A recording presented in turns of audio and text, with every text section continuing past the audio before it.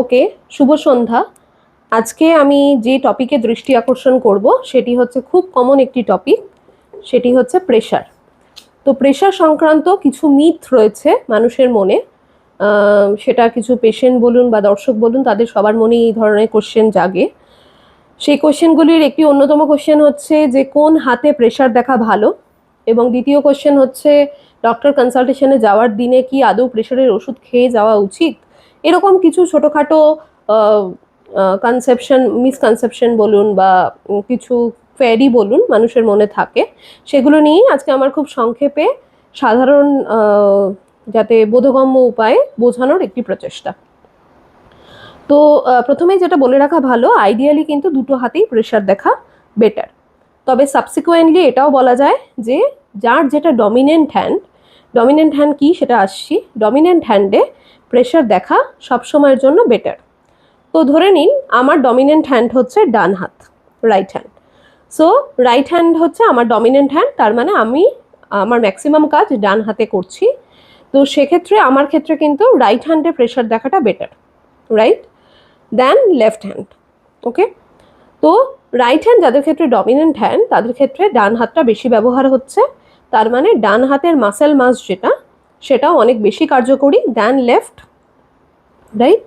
তো সেই জন্য যদি বাঁ হাতের কম্প্যারিজনে আমি ভাবি তাহলে কিন্তু রাইট ডমিনেন্ট পার্সনদের ক্ষেত্রে অবশ্যই ডান হাতে দেখাটা বেটার, ঠিক আছে।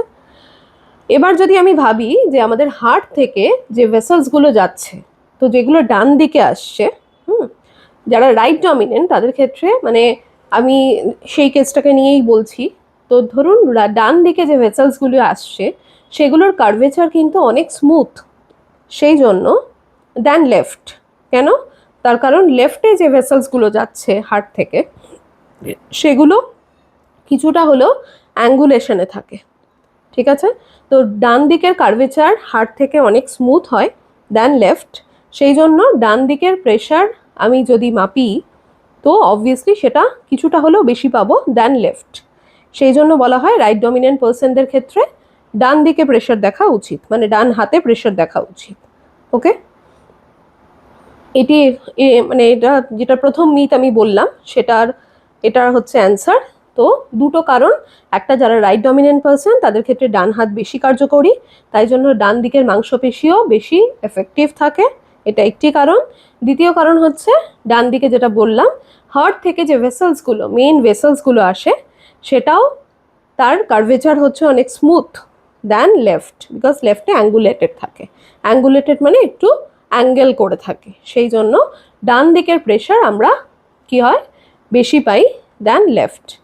তো এই হচ্ছে মোটামুটি দুটো কারণ যে কারণে আমরা রাইট ডমিনেন্ট পার্সনদের ক্ষেত্রে আমরা কিন্তু ডান হাতেই প্রেশারটা দেখব। এবার আপনাদের মনে কোয়েশ্চেন আসতে পারে যে ডান হাতে দেখা আর বাঁ হাতে দেখা কত প্রেশারের পার্থক্য আসতে পারে। অবভিয়াসলি এটা একটা কমন কোয়েশ্চেন। তো প্রেশারের পার্থক্য কিন্তু বা প্রেশারের তারতম্য এটা নর্মাল হচ্ছে 10 থেকে 20, ঠিক আছে, তার ওপরে নয়। 10 থেকে 20 millimetre Hg, that is very normal.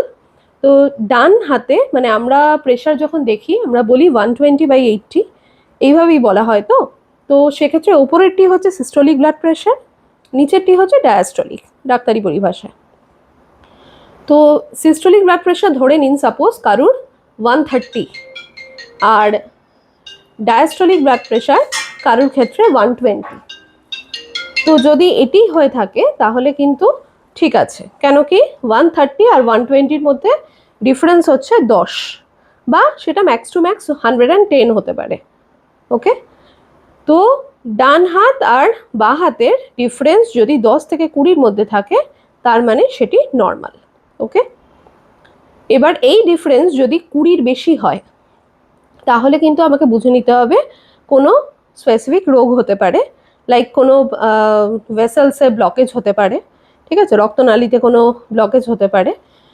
তো এবার ধরে নিন কারুর blood pressure, systolic blood pressure 160 ডান হাতে, বাঁ হাতে 100, তার মানে ডিফারেন্স কত 60, তার মানে সেটা 20-র থেকে অনেক বেশি, ঠিক আছে।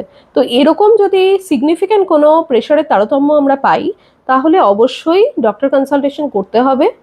হ্যাঁ, তো এই ধরনের কেসগুলো কিন্তু খুব মাইনিউটলি দেখাও দরকার। এবার দ্বিতীয় যে আমি মিথটার কথা বলেছি সেটা সংক্ষেপে বলে দিই। অনেকের এই কোয়েশ্চেন জাগে যে আজ তো আমি ডাক্তার দেখাতে যাব, ডক্টর কনসালটেশনের দিন আমার, সেটি হসপিটালে হোক বা ওপিডিতে হোক। তো সেক্ষেত্রে অনেকের মধ্যে এই ধারণা আছে যে আজ যেহেতু ডাক্তার দেখাতে যাব, আজ আমি প্রেশারের ওষুধটি খাবো না। এটা অনেকের মধ্যে একটা ধারণা। এই ধারণা কি আদৌ সত্যি? এটা পুরোপুরি একটা মিসকনসেপশন। আপনি প্রেশারের ওষুধ যা খাচ্ছেন সেই ওষুধটি খাওয়া অবস্থাতেই আপনাকে ডক্টরের কাছে যেতে হবে। তার কারণ আপনি যদি ওষুধটি ওই দিনের জন্য স্কিপ করেন তাহলে ওই দিনের যে প্রেশার রিডিংটা আসবে সেটা সঠিক আসবে না, এবং সেক্ষেত্রে যে ডাক্তারবাবুর কাছে আপনি যাচ্ছেন তার বুঝতেও অসুবিধা হবে যে আপনি যে ওষুধে রয়েছেন সেই ওষুধটি আপনার ক্ষেত্রে কতটা কার্যকরী হচ্ছে, এবং ডাক্তারবাবুর সেই যে ডিসিশন মেকিং পাওয়ার, মানে ওষুধটি কি সেম রাখবেন, ওষুধের ডোজ বাড়াবেন নাকি ওষুধ চেঞ্জ করবেন, এই ডিসিশনটা নিতেও কিন্তু ডাক্তারবাবুর ক্ষেত্রে সমস্যা হবে। সেই জন্য বেটার নট টু স্টপ। ঠিক আছে, যখন ডক্টরের কনসালটেশনে আপনি যাবেন অবশ্যই উইথ মেডিকেশন। ঠিক আছে, প্রেশারের ওষুধ আপনি যেমন খাচ্ছেন সেই খাওয়া অবস্থাতেই ডক্টর কনসাল্ট করবেন। এই দুটো হচ্ছে মোস্টলি আমরা যেটা ভাবি মোস্ট কমন দুটো মিথ। এরপরে যেটা বলে থাকি যে আমাদের সবার পক্ষে, যারা আমরা সাধারণ মানুষ তাদের পক্ষে প্রেশার ওইভাবে অটোমেটেড মেশিন দিয়েই দেখা দরকার, তার কারণ সবার পক্ষে ওইভাবে দেখা পসিবল না ম্যানুয়ালে। তো অটোমেটেড ডিজিটাল যে মেশিন সেটাতে আপনারা প্রেশার দেখতে পারেন। শুধু যেটি বলার বক্তব্য, 3টে রিডিং নেবেন, নিয়ে অন অ্যান অ্যাভারেজ করে যেটা আসবে সেটা অনেক বেশি অ্যাকিউরেসি থাকে তাতে। এইটুকু মেনটেন করে চলবেন। আর প্রেশারে যেগুলো মোটামুটি জানার ব্যাপার, যেমন মোস্ট কমনলি যেটা আমরা ভাবি নুন, salt restricted diet, dash diet, dietary approach to stop hypertension, এগুলো কিছু রয়েছে। হাঁটাচলা করা, daily early morning aerobic exercise, 30 minute আপনাকে মিনিমাম হাঁটতে হবে, নুনটা ছেড়ে দিতে হবে। ঠিক আছে, ড্যাশ ডায়েট বলে একটি ডায়েট আছে, সেটা মেনটেন করে চলতে হবে। এই হচ্ছে মোটামুটি প্রিভেনশন কিছু মেথড। ওকে, এই বলে আমি আমার বক্তব্য শেষ করছি। শুভ সন্ধ্যা, সবাই খুব ভালো থাকবেন।